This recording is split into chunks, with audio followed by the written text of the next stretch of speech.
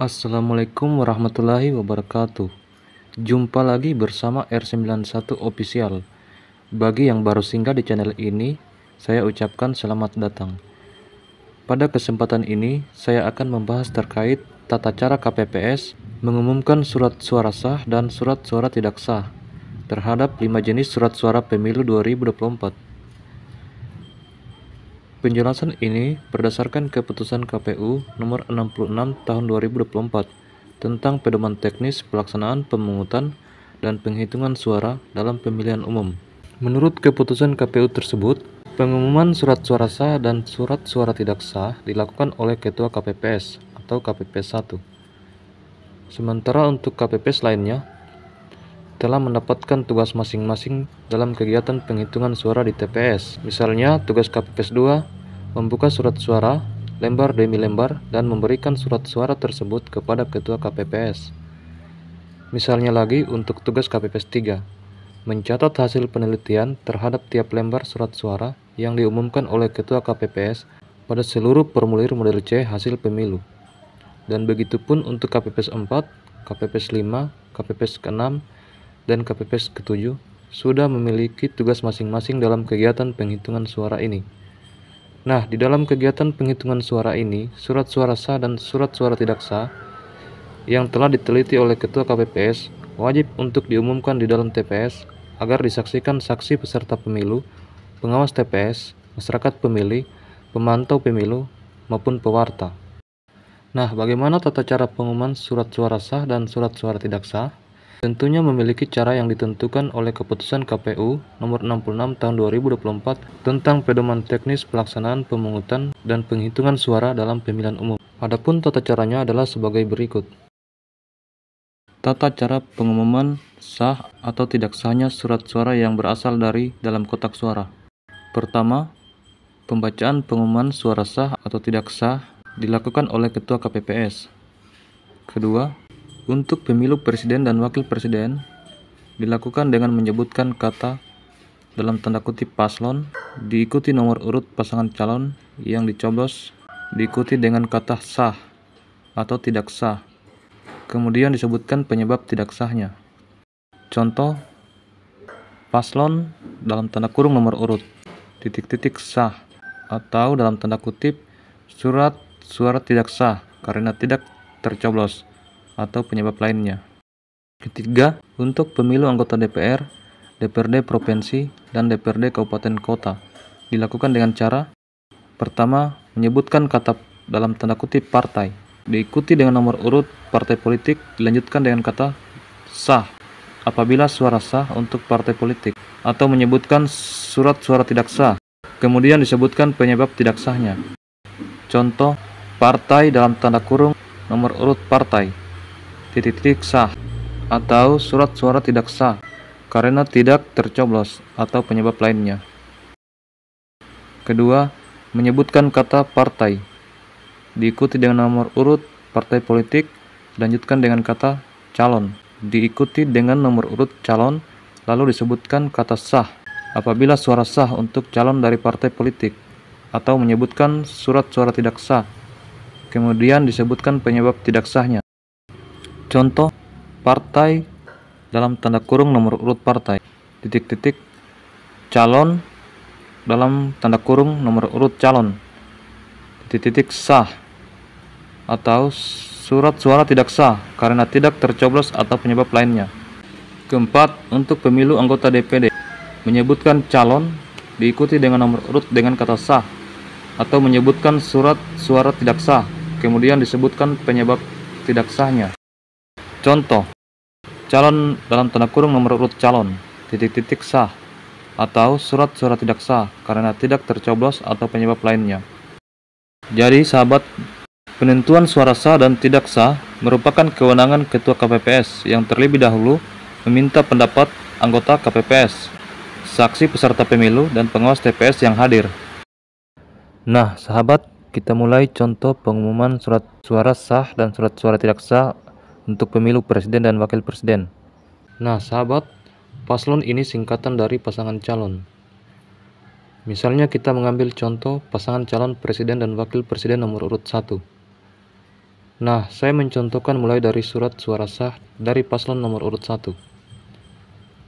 Jadi, di sini Ketua KPPS menyebut dalam pengumuman paslon nomor urut 1 sah. Jadi, sahabat Ketua KPPS cukup menyebut paslon nomor urut 1 sah. Jadi, sahabat Ketua KPPS cukup menyebut paslon nomor urut 1 sah.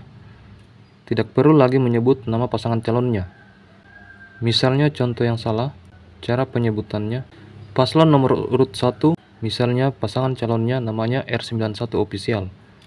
Sehingga Ketua KPPS menyebut paslon nomor urut 1 R91 official sah. Nah, itu salah. Jadi, cara penyebutan untuk pengumuman surat suara sah pasangan calon presiden dan wakil presiden yang benar adalah ini. Dan ini adalah salah. Nah, sekarang kita masuk contoh pengumuman surat suara tidak sah untuk surat suara presiden dan wakil presiden. Jadi, ketika Ketua KPPS mengumumkan surat suara tidak sah, harus dijelaskan penyebab tidak sahnya. Contohnya, paslon nomor urut 1 surat suara tidak sah karena tidak tercoblos atau penyebab lainnya. Jadi, sekali lagi sahabat, pada saat Ketua KPPS mengumumkan surat suara sah dan surat suara tidak sah, tidak perlu lagi diubah cara penyebutannya. Misalnya, paslon nomor urut 1 R91 official surat suara tidak sah karena tidak dicoblos. Jadi jangan lagi ditambah seperti itu. Mengapa demikian? Karena KPU sudah mengkaji alasannya. Kita tidak tahu. Kalau menurut pandangan hemat saya, mengapa harus disingkat pasangan calon menjadi paslon? Agar KPPS yang mengulang-ulang kata itu tidak lelah. Bayangkan jika kita sebut pasangan calon dan berulang kali. Sementara pemilih dalam DPT di PRTP saja ratusan. Sementara jika cukup sebut paslon berulang kali, pasti tidak akan cepat merasa lelah. Nah, sahabat, untuk penyebab surat suara tidak sah, atau apa saja penyebab surat suara tidak sah, telah saya jelaskan di video saya sebelumnya. Silakan sahabat cari saja di dalam channel ini. Nah, sekarang kita masuk pada contoh surat suara sah dan surat suara tidak sah terhadap surat suara DPR atau DPRD provinsi ataupun DPRD kabupaten kota. Nah, sahabat, jumlah partai politik untuk pemilu 2024 sebanyak 18. Jadi, nomor urut untuk partai politik sebanyak 18 nomor urut. Nah, bagaimana cara penyebutannya dalam pengumuman oleh Ketua KPPS? Caranya seperti ini. Jadi, suara kita pada surat suara DPR dapat masuk pada calon dari partai politik dan bisa saja masuk pada partai politik. Tergantung bagaimana cara kita mencoblos. Jika kita mencoblos nama atau nomor urut calon, maka suara kita masuk pada calon. Tetapi kalau kita mencoblos nomor urut partai atau tanda gambar partai politik yang mengusulkan calon tersebut, maka suara kita masuk pada partai politik. Adapun tata cara suara kita masuk di partai politik atau calon ketika mencoblos secara lengkapnya telah saya jelaskan pada video saya sebelumnya. Nah, sahabat, jumlah partai politik peserta pemilu untuk pemilu 2024 yang ditetapkan oleh KPU sebanyak 18 partai politik. Adapun daftar nomor urut 18 partai politik tersebut adalah sebagai berikut. Pertama, Partai Kebangkitan Bangsa yang disingkat PKB adalah nomor urut 1. Kedua, Partai Gerakan Indonesia Raya yang disingkat Gerindra adalah nomor urut 2. Ketiga, Partai Demokrasi Indonesia Perjuangan yang disingkat PDIP adalah nomor urut 3. Keempat, Partai Golongan Karya yang disingkat Golkar adalah nomor urut 4. Kelima, Partai Nasional Demokrat yang disingkat Nasdem adalah nomor urut 5. Keenam, Partai Buruh adalah nomor urut 6. Ketujuh, Partai Gelombang Rakyat Indonesia adalah nomor urut 7. Kedelapan, Partai Keadilan Sejahtera atau yang disingkat PKS adalah nomor urut 8. 9, Partai Kebangkitan Nusantara atau yang disingkat PKN adalah nomor urut 9. Ke-10, Partai Hati Nurani Rakyat yang disingkat Hanura adalah nomor urut 10.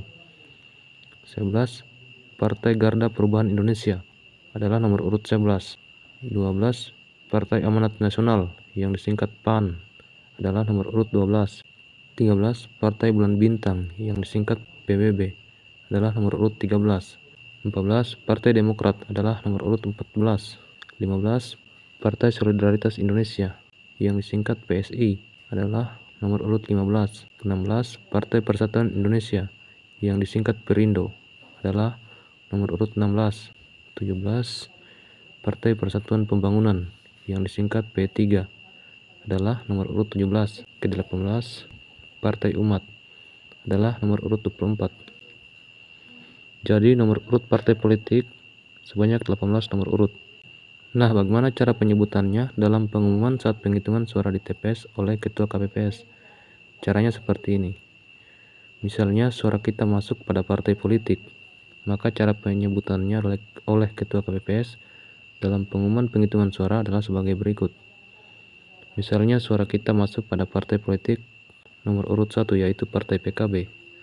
Kalau surat suaranya sah, maka Ketua KPPS menyebutnya adalah partai nomor urut 1 sah. Jika surat suara tidak sah karena tidak dicoblos, maka Ketua KPPS menyebut partai nomor urut 1 surat suara tidak sah karena tidak dicoblos. Kalau misalnya penyebabnya tidak sahnya surat suara partai nomor urut 1 adalah dicoblos di luar dari kolom nomor urut atau kolom tanda gambar partai politik, maka Ketua KPPS menyebut partai nomor urut 1 surat suara tidak sah karena dicoblos di luar dari kolom nomor urut atau di luar dari kolom tanda gambar partai politik. Nah, seperti itu. Nah, sekarang saya mau contohkan cara penyebutan Ketua KPPS terhadap surat suara sah kita apabila masuk pada calon. Misalnya, calon yang kita coblos namanya Budi. Nomor urutnya nomor urut 2 dari partai nomor urut 1. Maka Ketua KPPS menyebut partai nomor urut 1 calon nomor urut 2 sah.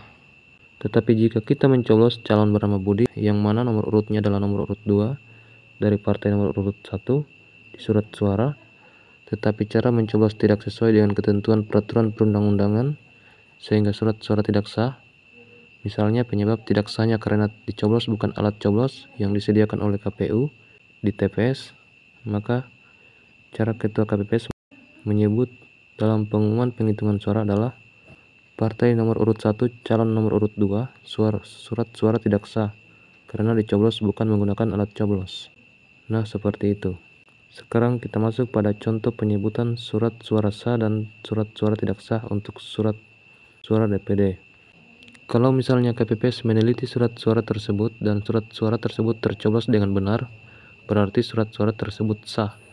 Misalnya surat suara sah yang diperiksa KPPS tercoblos calon yang bernama Bintang nomor urut 3. Jadi penyebutannya adalah calon nomor urut 3 sah. Kalau misalnya surat suara tidak sah karena tidak dicoblos, maka Ketua KPPS menyebut surat suara tidak sah karena tidak dicoblos. Nah, itulah tata cara pengumuman surat suara sah dan surat suara tidak sah.